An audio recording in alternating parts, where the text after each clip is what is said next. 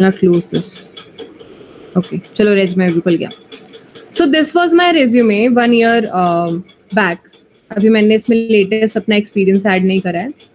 So what are the features of a good resume?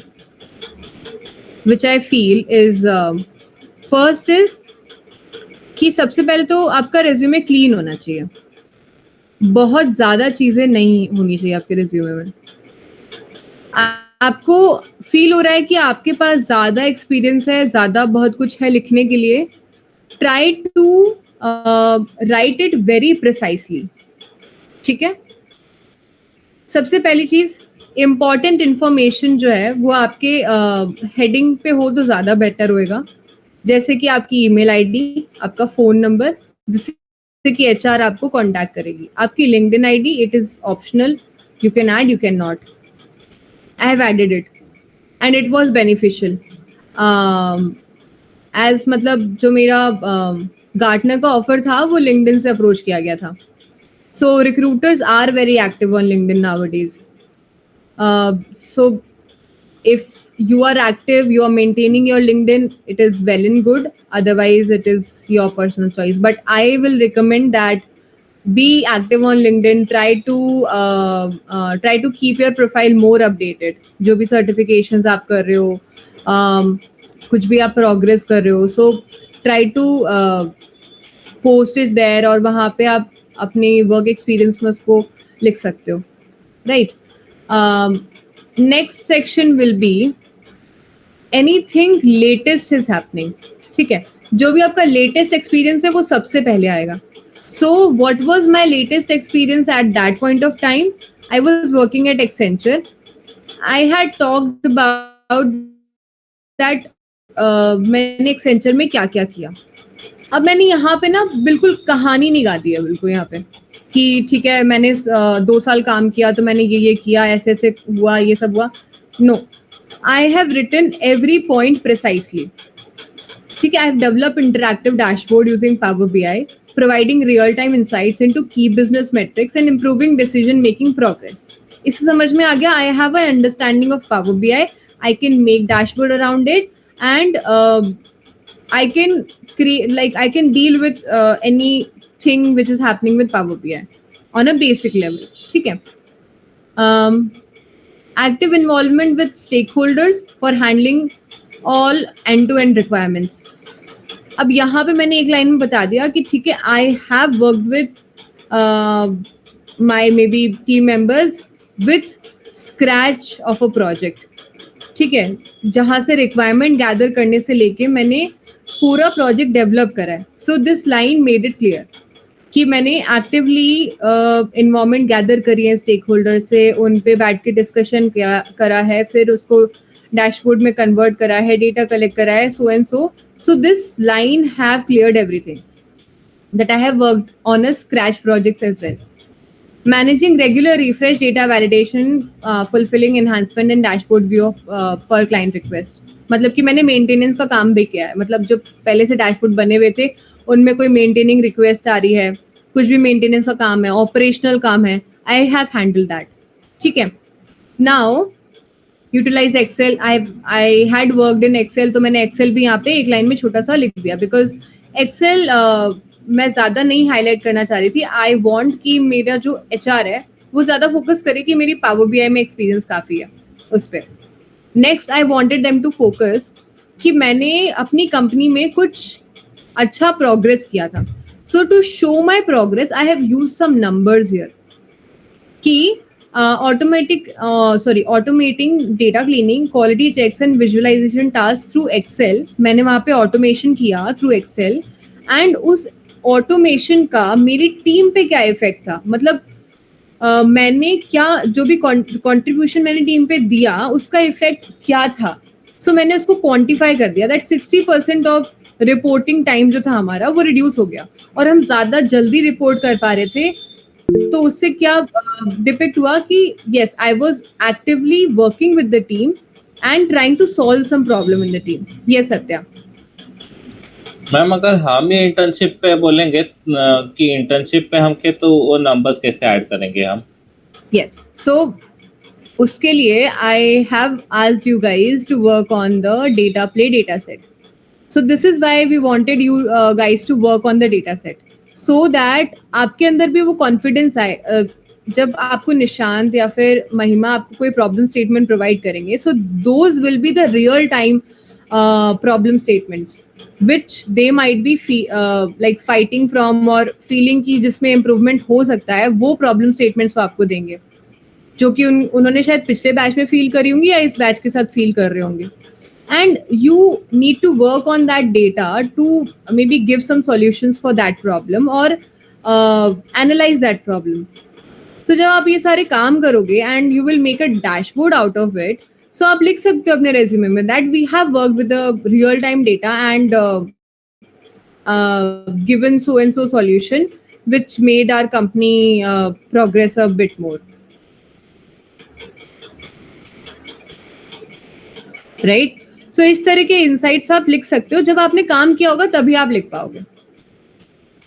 Otherwise अगर आपने लिखा है एंड एचआर या फिर जो भी टीम लीडर आपका इंटरव्यू ले रहा है, अगर उन्होंने कुछ ट्वीक करके क्वेश्चंस पूछ लिए कि अच्छा ठीक है आपने रियल टाइम डेटा पे काम किया, अच्छा बताओ कि कैसे कैसे किया था, क्या क्या किया था, किस तरह के KPIs थे, डेटा क्या था, प्रॉब्लम क्या थी.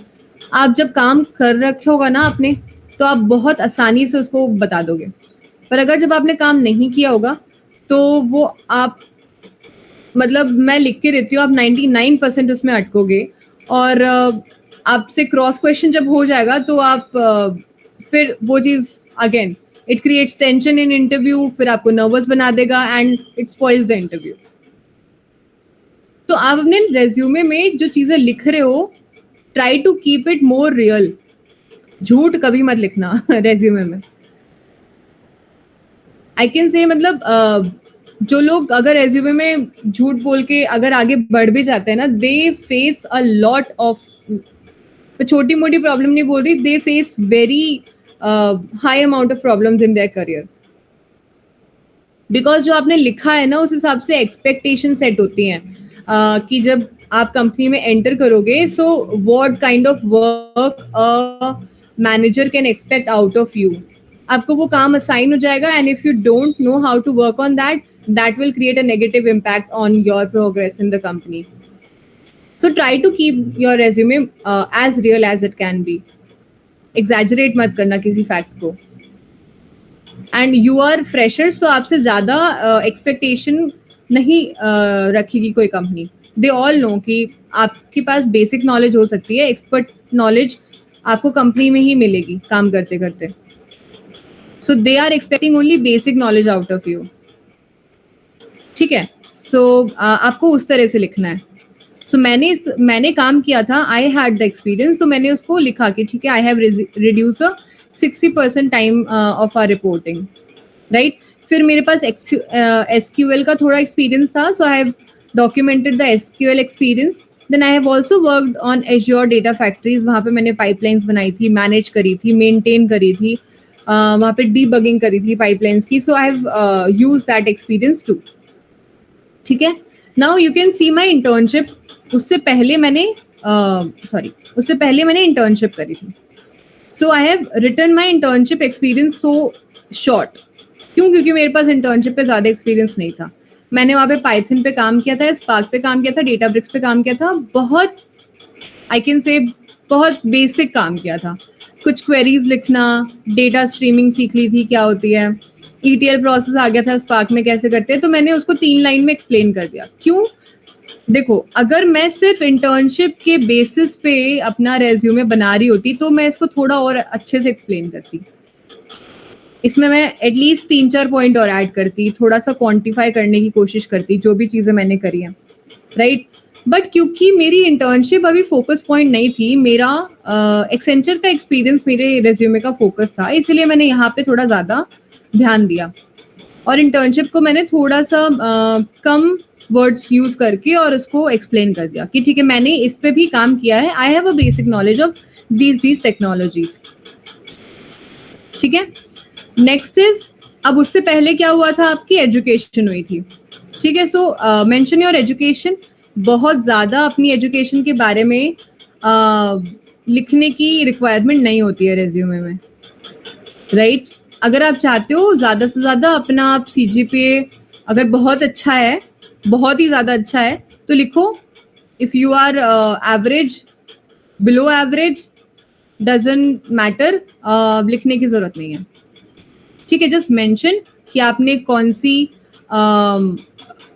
स्ट्रीम से अपना ग्रेजुएशन कंप्लीट किया है, कौन सा ईयर था आपका, और may be city is optional, और कॉलेज नेम आप मेंशन कर सकते हो।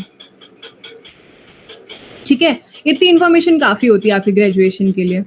बाकी वो सब आपकी मार्कशीट वगैरह ये सब लेते हैं, उनको पता होता है कि अगर आपकी क्राइटेरिया मैच नहीं करेगी, so according to that they can जज। ठीक है, यहाँ पे मेंशन करने की ज़रूरत नहीं है, आपका पहला इम्प्रेशन अच्छा होना चाहिए। तो यहाँ पे अपना सिर्फ कॉलेज नेम लिखो, ईयर लिखो and leave it like that. और अगर आपका कंपनी एक्सपीरियंस है तो उसके बाद तो आई डोंट थिंक कि वो यहाँ पे ज़्यादा फोकस करते हैं, they focus more on your skills. Now in skill section try to give skills which you are confident about कि आपके अंदर वो स्किल्स हैं, और अगर उन स्किल से क्रॉस क्वेश्चनिंग हो गई तो आप उसको आंसर कर पाओगे, तभी वो स्किल्स यहाँ पे आप मेंशन करोगे। अदरवाइज वो आपका नेगेटिव पॉइंट बन के आपके ऊपर हावी हो जाएगा। It happened with so many of my friends many a time. ठीक है, सो जो स्किल्स आपको आती हैं वही मेंशन करो, otherwise there is no need to mention any extra things, just to show कि आपको आता है। और अगर उससे कुछ पूछ लिया गया तो फिर वो आपके ऊपर नेगेटिव इफेक्ट डालेगा कि अच्छे क्या आपने झूठ लिख दिया अपने रेज्यूमे में। Next is last section will be your interest. ये सेक्शन अगर आप रखना चाहते हो नहीं रखना चाहते हो, it is all about you, personal choice. मैंने रख दिया था बिकॉज मुझे लास्ट में कुछ मिल नहीं रहा था, सो मैंने इंटरेस्ट ऐड कर दिया कि ठीक है I have some interest, so I have added those. So this was my resume. आपका रिज्यूमे बहुत ज़्यादा तड़क भड़क नहीं होना चाहिए। उससे क्या होता है कि आपकी जो इम्पोर्टेंट इन्फॉर्मेशन है आपके रिज्यूमे में, उससे ध्यान डिस्ट्रीब्यूट होता है। 2 कॉलम रेज्यूमे मैं हमेशा फ्रेशर्स के लिए मना करती हूँ। जो 2 कॉलम्स में आजकल it is very famous format, जब हम 2 कॉलम में रेज्यूमे बनाते हैं। सो फ्रेशर्स के लिए वो इसीलिए अच्छा नहीं है क्योंकि 2 कॉलम का रेज्यूमे हम तब बनाते हैं जब हमारे पास में डेटा काफ़ी होता है दिखाने के लिए हमारे रेज्यूमे के अंदर। और क्योंकि रेज्यूमे हमेशा 1 पेज का होना चाहिए, 1 पेज से ज़्यादा कभी नहीं होना चाहिए, तो 1 पेज में दिखाने के लिए हमारे पास स्पेस कम पड़ रही है, तो हम उसको 2 कॉलम में डिस्ट्रीब्यूट कर देते हैं और हम हमारा डेटा उस हिसाब से अलाइन कर देते हैं कि ठीक है इसमें हम ज़्यादा मतलब इंपॉर्टेंट इन्फॉर्मेशन नहीं दिखाएंगे, बट ये सेक्शन हमारा ज़्यादा इंपॉर्टेंट इन्फॉर्मेशन कवर करने के लिए यूज़ करेंगे। So this is why 2 column resume is more good for people who have certain amount of experience. But for freshers, I recommend कि वो 1 column resume के साथ जाए, जैसे कि ये resume है। तो यहाँ पे क्या है कि जब HR आपका रेज्यूमे देख रहा है तो सबसे पहले उसका फर्स्ट फोकस कहाँ पर है, आपके रीसेंट एक्सपीरियंस पे। वो आपके रीसेंट एक्सपीरियंस के बारे में ज़्यादा पढ़ेगा डिस्पाइट ऑफ आपका जो भी पुराना एक्सपीरियंस है, क्योंकि ये एक ह्यूमन टेंडेंसी होती है कि जब भी हम कोई चीज़ पढ़ना स्टार्ट करते हैं तो उसकी स्टार्टिंग बहुत अच्छे से पढ़ते हैं, फिर बाद में जाके भले ऐसे आंखें फेर देंगे। और HRs के पास में, रिक्रूटर्स के पास में बहुत कम टाइम होता है पर रेज्यूमे। तो अगर आप अपनी जो इम्पोर्टेंट इन्फॉर्मेशन है उसको जितना ज़्यादा मतलब बेस्ट रीचेबल स्पेस पे रखोगे उतना आपके लिए अच्छा होएगा, राइट? और अपना फॉन्ट जो भी आप फॉर्मेट ले रहे हो क्लियर रखो उसको, बहुत ज़्यादा हॉच पॉच करने की ज़रूरत नहीं है, बहुत ज़्यादा इन्फॉर्मेशन डालने की ज़रूरत नहीं है। Keep it precise, keep it simple, just that. ठीक है, ये तो हो गई रेज्यूमे की बात। अभी कोई डाउट रेज्यूमे से, कोई question?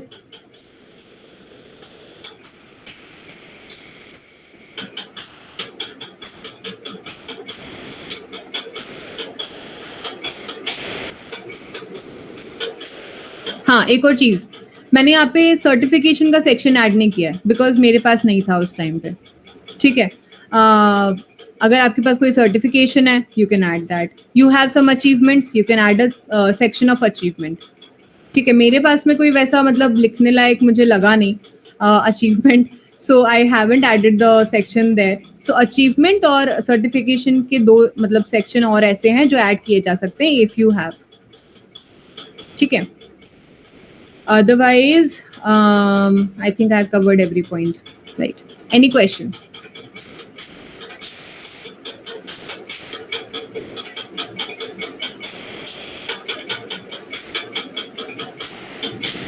Okay. So now next thing is your interview preparation.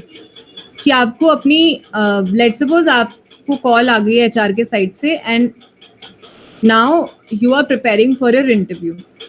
तो कभी भी किसी कंपनी में इंटरव्यू प्रोसेस जो होता है वो राउंड बाय राउंड होता है.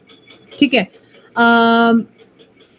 तो जब भी आपको कॉल आ रही है या मेल आ रहा है तो ट्राई टू आस्क देम कि what is the whole interview process. अगर आपको कॉल आ रहा है तो कॉल पे ही पूछ लो कि अच्छा ठीक है. वो अगर बोलेंगे कि आप नेक्स्ट इंटरव्यू राउंड के लिए प्रिपेयर कर लो, सो आप पूछो कि अच्छा कंपनी का मतलब कितने इंटरव्यू राउंड होंगे and what will be the process. तो वो आपको एक्सप्लेन करेंगे. एंड ऑलवेज जो भी आपका रिक्रूटर है या एचआर जो भी आपकी इंटरव्यू प्रोसेस के साथ काम कर रही है राइट या कर रहा है, जो भी एचआर काम मतलब जो भी एचआर हैं आपके साथ में, उनसे आप जितना कनेक्टेड रहोगे उतना ज़्यादा बढ़िया है. उनसे आप क्वेश्चन पूछो कि मैम अच्छा नेक्स्ट प्रोसेस है तो उसमें कौन इंटरव्यू लेने वाला है, व्हाट कुड आई एक्सपेक्ट. अगर आप किसी एमएनसी में इंटरव्यू देने जा रहे हो तो वहाँ पे एचआर बहुत पोलाइट एंड अच्छे रहते हैं मैक्सिमम केसेस में. तो सो अगर आप इस तरह के क्वेश्चन पूछोगे so they will also answer it properly. और मतलब इंफॉर्मेशन इस तरह से लेने की कोशिश करो कि who will be going to take my interview if you are comfortable to tell me and what can I expect in my next round. किस तरह के क्वेश्चंस मुझसे पूछे जा सकते हैं. So if HR or recruiter is willing to give you some hints that your interview will be taken by so and so person and they are more into these kind of technologies, तो आपके लिए वो strong point होएगा. Right. आप जितनी ज्यादा information अपने HR से अपने रिक्रूटर से निकलवा पाओ. तो जब उन्होंने बोल दिया कि ये टॉपिक वो ज्यादा कवर करते हैं, प्रिपेयर जितना एक्सटेंसिवली उस टॉपिक पे प्रिपेयर कर सकते हो करो, क्योंकि तुमको पता है वो आने वाला है. तो एटलीस्ट जो चीज आने वाली है उसके बारे में तो तुम 100% प्रिपेयर कर लो. ठीक है. नेक्स्ट थिंग इज कि आप उस चीज पे कवर कर सकते हो जो कि आपको हो सकता है आपको लग रहा है कि पूछा जा सकता है ये, क्योंकि मैंने अपने रिज्यूमे में ये मेंशन किया है तो may be possible cross questioning हो जाएगी, तो उसके बारे में पढ़ लो. चैट जीपीटी है आजकल आपके पास. चैट जीपीटी को प्रॉम्प्ट दो कि that I have applied for so and so position in such company and I want to like I am willing to give the following round of interview in the company and so person is going to take my interview. So now prepare a set of questions from maybe Excel, Power BI, SQL, Azure, so that I can prepare more effectively for the interview. आपको set of questions बना के दे देगा ChatGPT. Try to go through that questions कि अगर वो question आपसे पूछ दिया गया इंटरव्यू में तो क्या आप आंसर कर पाओगे. अगर आपको लग रहा है आप आंसर कर पाओगे, लीव इट. ठीक है. आप बस पढ़ लो कि ठीक है ये क्वेश्चन है, अपने माइंड में सोचो कि आप आंसर कर सकते हो इसको, आपको आंसर पता है. अगर पता है तो ठीक है, नहीं पता है so write that question somewhere and prepare the answer. Try to memorise the answer. ठीक है. ताकि जैसे ही आपको इंटरव्यू में वो क्वेश्चन पूछा जाए आप हिचकिचाओ नहीं, आप बहुत ज्यादा नर्वस नहीं हो जाओ. गो प्रिपेयर्ड इन अ इंटरव्यू. ठीक है. कंपनी के बारे में हमेशा पढ़ के जाना. कंपनी क्या करती है, उसका क्या प्रोडक्ट है, क्या हिस्ट्री है, कहाँ कहाँ ऑफिसेस हैं, कितने एम्प्लॉयज काम करते हैं कंपनी में. राइट. अगर हो सके तो लिंक्डइन पे अप्रोच कर लो एम्प्लॉयज को. पूछ लो कि कैसा इंटरव्यू प्रोसेस होता है आपके यहाँ पे, कितने राउंड होते हैं, राउंड्स में किस तरह के क्वेश्चंस मैं एक्सपेक्ट कर सकता हूँ. Try to gather as much information as you can. ठीक है. ये होगा आपका इंटरव्यू कॉल आने के फर्स्ट डे का शेड्यूल, कि आप 3 चीजें सबसे पहले देखोगे कि आप एचआर से कितना कम्युनिकेट करके इंफॉर्मेशन गैदर कर सकते हो, लिंक्डइन पे जाके लोगों को अप्रोच करके कितना इंफॉर्मेशन गैदर कर सकते हो, और चैट जीपीटी से अपने प्रॉम्प्ट्स तैयार करोगे. सेकेंड डे आप प्रिपेयर करोगे और जिस दिन इंटरव्यू है उस दिन बस रिवाइज करोगे और कूल डाउन रखोगे अपने आप को. ज्यादा नर्वस नहीं होना है, बस रिवाइज करना और भरोसा रखना है that you know everything and you can answer with whatever will be thrown to you, ठीक है। और इंटरव्यू के ड्यूरेशन में अगर आपको लगता है कि इंटरव्यूअर ने कोई क्वेश्चन पूछ लिया है और आप आंसर नहीं कर पा रहे हो, आपको आंसर पता ही नहीं है या फिर आप भूल गए हो आंसर, क्लियरली से देम कि sir ma'am I think I know this topic, I have worked on this but it slipped from my mind right now.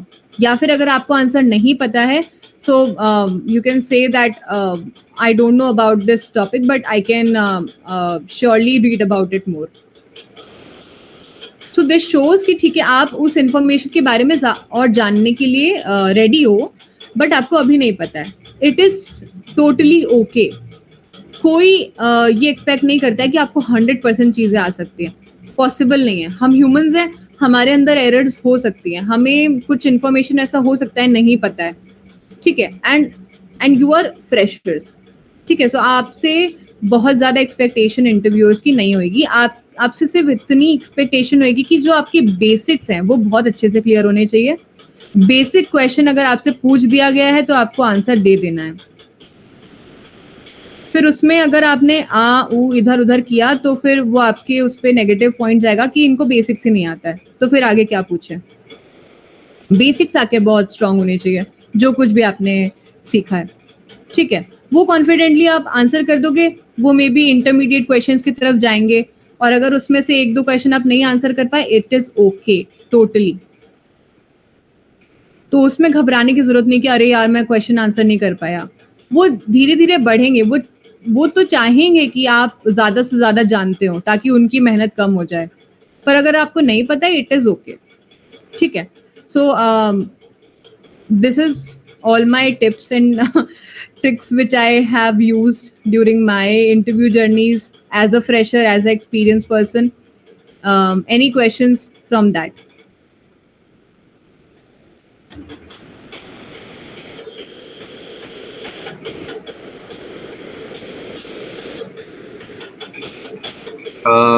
Ma'am मेरा क्वेश्चन ये होगा कि हम लोग गैप को कैसे एक्सप्लेन करेंगे। गैप मेरे भी करियर में था। सो मेरा गैप इसलिए आया था and it was genuine that I got a placement in my college and वो कोविड के टाइम डिक्लाइन हो गया एंड 1 साल तक मुझे जॉब नहीं मिली। I was searching for it but मुझे नहीं मिली। So I have explained it like कि there was a placement I got in my college and it got declined from the side of company and from since then I am trying to search for job but I was not able to get it, but during that time I have used that time to enhance my knowledge about this so and so technology. So इससे ये पता पड़ेगा कि ठीक है आपको नहीं मिल रही थी जॉब। एवरी HR अंडरस्टैंड्स कि जॉब ढूंढना इतना आसान नहीं है आजकल एंड पर इससे कम से कम ये पता पड़ेगा कि आपने वो टाइम यूटिलाइज किया, आपने वेस्ट नहीं किया वो टाइम, ठीक है। और सत्या आपका करियर गैप होने का क्या रीजन है, can I know that? Ma'am मैं पहले एक्चुअली फोर्ड में था, तो मतलब डेटा एनालिस्ट था।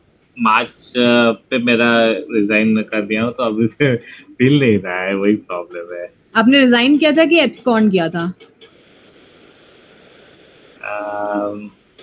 Two very different cases.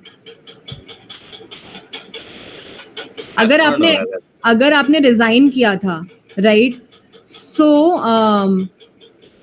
So you need to find some valid reason कि आपने क्यों रिजाइन किया था। अगर नहीं है आपके पास में, you can give some health issues and so reasons, जो कि मतलब ह्यूमनली रीजंस हैं जो कि अंडरस्टैंडेबल है।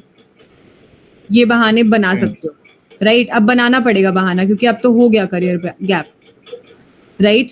और अगर आपने एब्सकॉन्ड किया है कंपनी, बिना इंफॉर्मेशन दिए कंपनी छोड़ के आ गए हो, सो मैं तो कहूंगी कि उस कंपनी के बारे में आप मेंशन ही मत करना,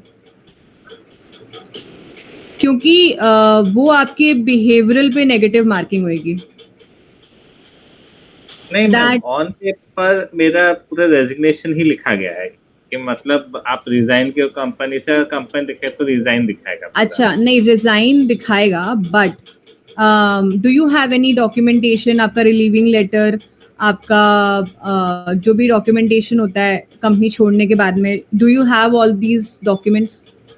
हाँ मैम, मैं ले आया था, मुझे दिया नहीं गया था वो, मैं बस सैलरी देके छोड़ गए थे। बाद में पूछा तो वो मतलब आप बोले कि भाई ये लाना चाहिए सब कुछ, तो मैं फिर से उनको मेल किया तो वो दे दिए मुझे। अच्छा, so if you have all that, you can surely go with the resume. मतलब resume में आप दिखा सकते हो अपना experience, you can show that, and you can talk about the company experience too. पर अगर अब आपका कंपनी के बाद में करियर गैप हो गया है, so you can, सबसे पहला क्वेश्चन तो आएगा कि क्यों छोड़ा, right? So you have to prepare for that reason. कोई ऐसा रीजन जिसको डिनाई नहीं किया जा सकता कि ठीक है, आपके ऊपर वो नेगेटिवली नहीं आएगा, कोई ऐसा रीजन ढूंढना है आपको, ठीक है?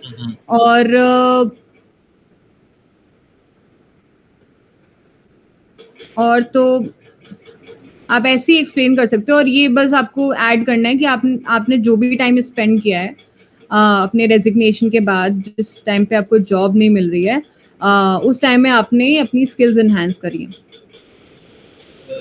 वो तो मैं कर रहा हूँ, मतलब मार्च से अलग अलग चीजों पे मैं पूरा मतलब ये रहा हूँ, इंटर्नशिप कर रहा हूँ या फिर एग्जाम्स दे रहा हूँ, प्रिपरेशन। हाँ, और I can understand that feeling जब जॉब नहीं मिलती है और हम एकदम लगे होते हैं जॉब ढूंढने में, बट यही हम कर सकते हैं। अब आपका करियर गैप है तो आप कोई ऐसा रीज़न ढूंढ के रखो, और उसको आपको उतना कॉन्फिडेंटली बोलना है कि यही रीज़न था, भले वो था नहीं, ठीक है? अब कोई ऐसे रीजंस होते हैं जिनका डॉक्यूमेंटेशन अवेलेबल नहीं होता है, ठीक है? तो कुछ ऐसे रीजंस ढूंढो जिनको आप अपने इंटरव्यू में बोल पाओ कि ठीक है, these were the genuine reasons and I was not able to continue my job at the place. और हाँ, एक और चीज़ मैं भूल गई, कभी भी इंटरव्यू के time if your interviewer says कि are you leaving your company because of any pressure or negative work environment, या फिर bad managerial environment you are getting in the company, never try to bitch about your company. It is a kind of a behavioral test in an interview, ठीक है?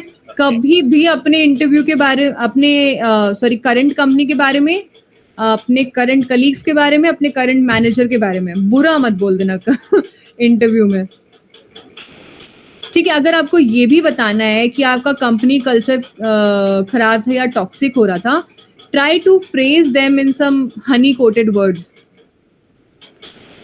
या फिर अगर आप company छोड़ रहे हो for progression, again try to use some sweet words, some humble words, that you can say such things that as my career goals are so and so, जैसे कि मेरा career goal था, I always wanted to be a data engineer, but in Accenture मैं एक data analyst की position पे थी, right? So मेरा ये जवाब रहता था हमेशा कि since my ambition is and my goal is to become a data engineer and I want to progress in my career further, so that is why I want to change my current position, and since the position is open in your organization, I am very interested to move forward with this application. So इस तरह के replies. अगर आपसे पूछ दिया गया है कि आप प्रेशर में या कंपनी कल्चर की वजह से कंपनी छोड़ना चाह रहे हो, no, I have a very good culture in my company, I have a very supportive manager and the team, but since the current position and current responsibilities are not aligning with what I want with my career and with my ambitions, so that is why I want to leave the company. Try to keep your answers very humble and very positive. Ma'am क्या मैं locational issue बोल सकता हूँ कि मतलब location का issue हो रहा था इसीलिए मैं छोड़ दिया? There are so many reasons, Satya, you can explore. ठीक है, बट आपके ऊपर वो नेगेटिवली नहीं आना चाहिए, बस ये माइंड में रखना है, हाँ राइट? बाकी रीजन तो काफी रहते हैं अब आपको वो देखना है कि आप कैसे उस रीजन को रिप्रेजेंट करोगे.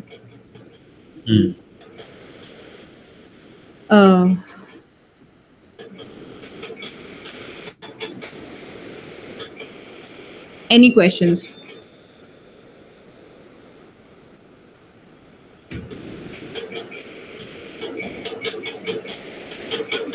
And जितना ज्यादा आप अप्लाई कर सकते हो कंपनीज में, जितना ज्यादा बोल रही हूँ मैं, जितना ज्यादा करो, जितने ज्यादा इंटरव्यूज दे सकते हो दो. आपको किसी छोटे से स्टार्टअप से भी कॉल आ रहा है ना, आप इंटरव्यू दो कम से कम. ठीक है, ना नहीं बोलना है किसी इंटरव्यू को. So every interview gives you सब एक्सपीरियंस. और हो सकता है पहले दूसरे इंटरव्यू में आप नर्वस हो जाओ, आप फंबल कर जाओ आंसर्स में, आप कॉन्फिडेंस लूज कर जाओ. इट इज टोटली नॉर्मल, सबके साथ होता है. ठीक है. और जब आई वाज सर्चिंग फॉर जॉब, तो मैं कम से कम रोज के 10 से 11 एप्लीकेशंस डालती थी. मैं कोल्ड मेल्स करती थी. उस टाइम मुझे रेफरल्स के बारे में इतना पता नहीं था, तो मैंने कभी रेफरल्स के लिए रीच आउट नहीं किया लोगों को. बट आजकल लोग करते हैं. मैं खुद ही रेफरल्स डालती रहती हूँ, कितने लोगों के पोजीशन ओपन होती है तो कंपनी में. So try to go on company website, careers पे जाओ, वहां पे अगर आपको दिख रही है पोजीशन ओपन है, लिंक्डइन पे उस कंपनी के लोगों को अप्रोच करो कि hello ma'am, hello sir, I am looking for the so and so position, I have such skills and I can see there is an open position in your company, can you help me with a referral please. अपना resume दे दो आप. अच्छा, एक इंसान नहीं कर रहा उस कंपनी से, 2-3 लोगों को ट्राई करो, कोई ना कोई तो रेफर कर ही देगा. उनसे फॉलो अप लेते रहो, हैव यू रेफर्ड इट. मुझे भी बहुत लोग मैसेज करते हैं और वो कभी कभी इरिटेटिंग भी लगता है, वो जब फॉलो अप लेते रहते हैं कि मैम हुआ कि नहीं, रेफरल कर दिया कि नहीं, आप कौन से स्टेज पे है, रेफरल ये है वो है. तो मुझे इरिटेटिंग लगता है, but I can feel the situation they are in. वो भी जॉब ढूंढ रहे हैं, वो मतलब उम्मीद लगा के बैठे, ठीक है अच्छा रेफरल हो गया है तो आगे का प्रोसेस क्या है. पर कभी भी ना रेफरल के पीछे पीछे नहीं भागना है कि अच्छा हाँ हमारे इस कंपनी में रेफरल हो गया है तो अब तो हो ही जाएगा यहाँ पे. कंपनी में रेफरल्स इतनी आसानी से काम नहीं करते हैं. यू वोंट बिलीव, मैंने अभी तक कम से कम मुझे 1 साल होने वाला है कंपनी में, 2-3 महीने में, और मैंने करीब 60 रेफरल तो आसानी से दे दिए होंगे.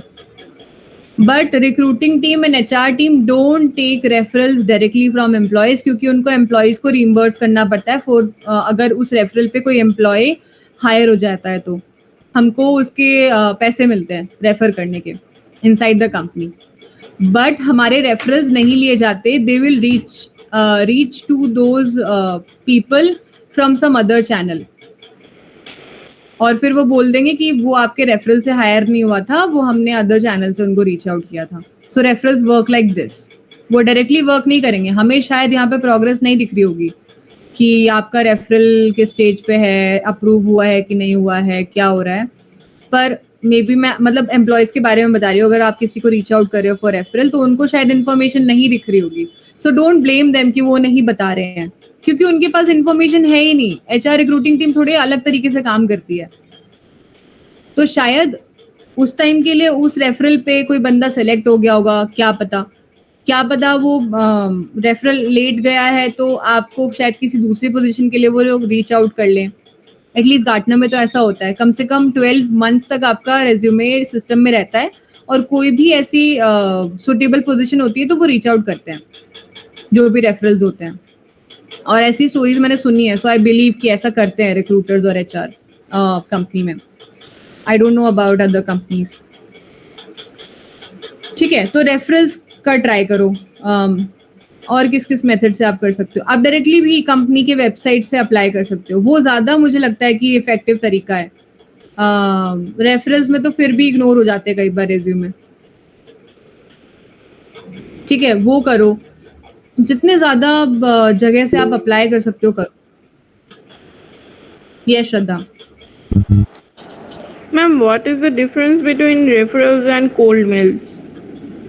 कोल्ड मेल्स आर समथिंग कि आपने कहीं से मेल आईडी जुगाड़ ली है कंपनी की, एचआर की, और उनको आप मेल कर रहे हो अपना रिज्यूमे अटैच करके and writing that I have so and so skill ma'am and और sir and I am interested in the position, I can see it is open in your career section, so please consider my resume for this. तो ये हो गया cold mail, आपने HR को coldly mail कर दिया. Referral is कि company में एम्प्लॉय काम कर रहा है, every company have their referral platform, जहाँ पे वो लोग एम्प्लॉयज को एनकरेज करते हैं कि आपके कोई भी नोन्स हैं जिनको आप जानते हो और कंपनी में पोजीशन ओपन है तो उसके लिए प्लीज रिकमेंड करो कि इस पोजीशन के लिए सो एंड सो रेज्यूमे परफेक्ट रहेगा. तो उससे क्या होता है, रिक्रूटिंग टीम का काम थोड़ा कम हो जाता है, उनको कम ढूंढना पड़ता है, रेफरल्स आ जाते हैं. तो वो होता है रेफरल. तो रेफरल में क्या होता है कि रेफरल जल्दी, मतलब रेफरल्स को थोड़ा सा देते हैं, वो प्रायोरिटी देते हैं कि ठीक है अगर हमारे ही एम्प्लॉय ने इसको रेफर किया है so they give priority to referrals, और वो डायरेक्टली अप्रोच नहीं करते हैं रेफरल्स को, वो दूसरे चैनल्स लेते हैं पर अप्रोच कर लेते हैं. ठीक है, बहुत रेयर केसेस हुए हैं कि रेफरल काम कर गए, मतलब कि रेफरल पे हायरिंग हो गई है और उनको उसका जो फंड था वो मिला है. So cold mails are only for HRs. If we want to reach out to HRs, so that is cold mail. Yes, आप एचआर को ही रीच आउट करोगे. एचआर रिक्रूटिंग पर्सन, अगर उनका मेल आईडी आपके पास है, so write a good mail to them, उसमें आप अच्छा सा फॉर्मेट तैयार करो अकॉर्डिंग टू पोजीशन, जो भी जेडी है उसके अकॉर्डिंग आप अपनी स्किल्स को लिखो मेल में कि I have so and so position which are aligning with the requirements of the company. ChatGPT की हेल्प लो, उसको बोलो कि this is the job description, I want to send a cold mail to HR, please help me to write a good mail. ठीक है, और वो copy paste मत कर देना, जो चैट जीपीटी आपको दे देता है ना, वो कॉपी पेस्ट कभी मत करना. बहुत अच्छे से समझ में आता है कि चैट जीपीटी से लिखा हुआ मेल है, उसको खुद से फिर लिखना, क्योंकि एक ह्यूमन जब एक चीज लिखता है और एक मशीन जब एक चीज लिखती है वो आसानी से समझ में आता है. Okay. ठीक है, और बहुत बड़ा मेल भी लिख के मत भेजना है एचआरस को, इतना टाइम नहीं होता उनके पास में कि वो उतना बड़ा मेल पढ़ेंगे. कीप इट शॉर्ट, प्रिसाइज, और अपने स्किल्स वहां पे मेंशन करो और पोजीशन बताओ कि ये पोजीशन के लिए मैं अप्लाई करना चाह रही हूँ, this is my resume, please consider it for the position. अपना लिंक्डइन भी वहां पे आप शेयर कर सकते हो. ठीक है. So if I want any referral or want to try through cold mail, so we should not try first. Applying from LinkedIn or Indeed or that. First, we should. First thing is try for referral. Referral नहीं मिला, cold mail भेजो. Cold mail नहीं काम कर रहा, LinkedIn से apply करो, और प्लेटफॉर्म से अप्लाई करो, डायरेक्टली जाके उनकी वेबसाइट पे. Okay. Your mic is I think it is giving some sounds. I'm asking that before applying through LinkedIn or any job portal, we should try these things first. Yes, ये थोड़ा ज़्यादा effectively काम करती है. Okay. Any more questions?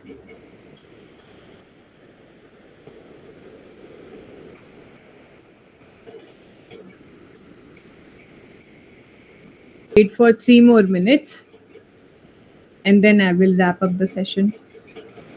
बाहर चला गया था, मुझे पता नहीं 2-3 मिनट में क्या हुआ है. Very good. कोई बात नहीं, अब आप रिकॉर्डिंग सुन लेना. So I've explained about कि आपको किस किस प्लेटफॉर्म से अप्लाई करना है. So your application process should be, first is referral. Second, cold mailing to HR. Third is go for application directly through maybe their website or maybe some other platforms like LinkedIn. And keep your LinkedIn profile updated, guys. ताकि if HR is landing on your LinkedIn page, so वो उनको updated मिलना चाहिए. So that according to that they can reach you for any available position. I usually don't used to believe जब मुझे लोग बताते थे कि उनकी hiring LinkedIn से हुई है, until I got hired from LinkedIn. मुझे HR ने LinkedIn पे ही reach out किया था. So now I believe LinkedIn से hiring होती है. मैम जो लोग बोलते हैं कि मतलब लिंक्डइन पे एचआर ही आपको डायरेक्टली मतलब टच में ऐसा होता है क्या? मुझे एचआर ने डायरेक्टली रीच आउट किया था after like looking on my LinkedIn profile. So at that point मैं चेंज के लिए देख भी रही थी. So I have kept my profile very updated and they might have saw that उनकी रिक्वायरमेंट अब मेरी प्रोफाइल से मैच करी है. So they reached out to me for discussion. And फिर जब एक स्क्रीनिंग डिस्कशन हुआ हमारा जिसमें उन्होंने वैलिडेट किया कि ठीक है उनकी रिक्वायरमेंट्स मैच हो रही हैं with my experience, then we move forward with the interview.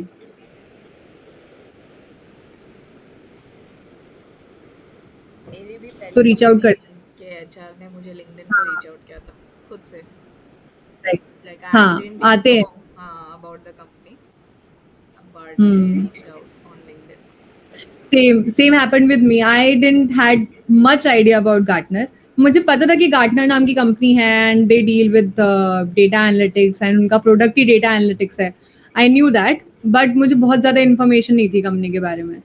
When HR reach me out तब मैंने कंपनी के बारे में स्टडी किया. Yeah, same.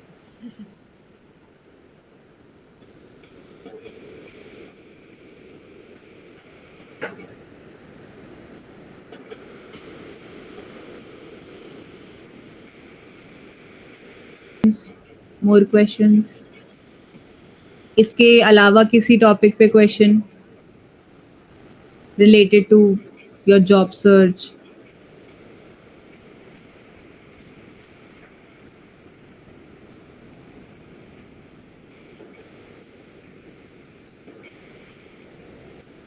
Then let's end today's session.